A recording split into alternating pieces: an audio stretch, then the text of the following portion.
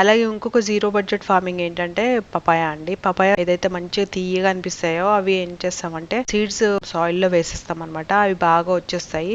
So ఒకటో రెండో బాగా హెల్దీగా కూడా గ్రో అవుతాయి. ఈ పపాయ వచ్చేసి ఫ్లవరింగ్ వరకు వచ్చింది ఒకటైతే, తర్వాత మళ్ళీ ఎండాకాలం స్టార్ట్ అయిపోయింది, అది డ్రై అయిపోయింది.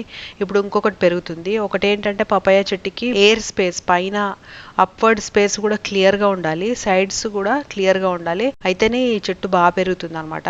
సైడ్ కిను ఇంకా పైకి బ్లాక్ అయిపోయింది అనుకోండి, ఆ చెట్టు ఇంకా రాదనమాట. సో మన బాల్కనీ కదా, క్రాస్ గా పెరుగుతాయి కదా అన్ని మొక్కలు, మరి పపాయ ఎలా పెరుగుతుందో చూడాలి.